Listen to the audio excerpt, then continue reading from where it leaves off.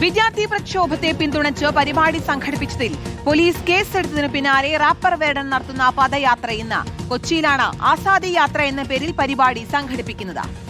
ഈ വിജയം നമ്മുടെ വിജയം, ജനാധിപത്യത്തിന്റെ വിജയം എന്ന മുദ്രാവാക്യം ഉയർത്തിയാണ് പരിപാടി. അർജുൻ മട്ടന്നൂരുണ്ട് വിശദാംശങ്ങൾ നൽകാൻ. Good morning Arjun.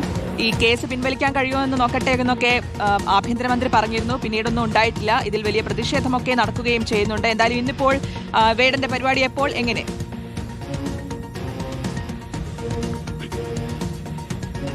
Good morning ശ്രുതിയൻ കീർത്തന.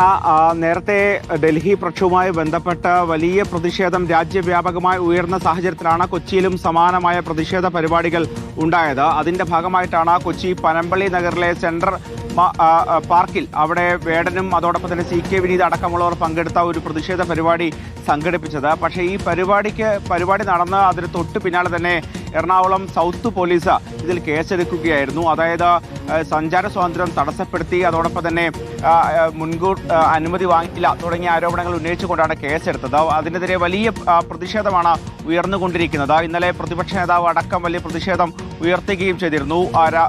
ഡൽഹിയിൽ രാഹുൽ ഗാന്ധിക്കൊപ്പം സമരമിരിക്കുന്ന മുഖ്യമന്ത്രി VD സതീശൻ കേരളത്തിലേക്ക് എത്തുമ്പോൾ ഇവിടെ സമരം ചെയ്യുന്നവർക്കെതിരെ കേസെടുക്കുന്നു എന്നതായിരുന്നു പ്രധാനപ്പെട്ട ആക്ഷേപം.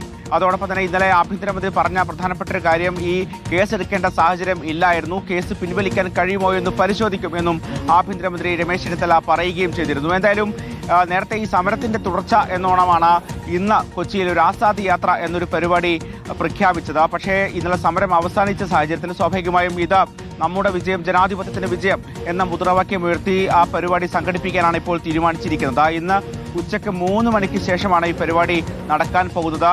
ഹൈക്കോടതി ജംഗ്ഷൻ മുതൽ രാജേന്ദ്ര മൈതാനം വരെയാണ് പദയാത്ര നടക്കാൻ പോകുന്നത്. 100 കണക്കിന് ആളുകൾ പങ്കെടുക്കുമെന്നാണ് സംഘാടകർ അറിയിച്ചിട്ടുള്ളത്.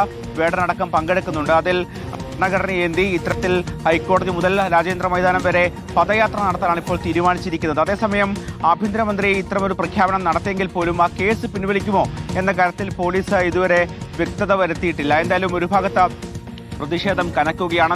ഡൽഹിയിലടക്കം പ്രതിഷേധിച്ച ആളുകൾക്കെതിരെയുള്ള കേസുകളടക്കം പിൻവലിക്കുമെന്ന് കേന്ദ്ര സർക്കാർ അടക്കം വാഗ്ദാനം നൽകിയിട്ടുണ്ട്. പക്ഷേ കേരളത്തിൽ സമാനമായ രീതിയിൽ എടുത്ത കേസുകൾ പിൻവലിക്കുമോ എന്ന കാര്യത്തിൽ ഒരു വ്യക്തത വന്നിട്ടില്ല. എന്തായാലും വലിയ പ്രതിഷേധം ഇതുമായി ബന്ധപ്പെട്ട് ഉയരുകയും ചെയ്യുന്നുണ്ട്.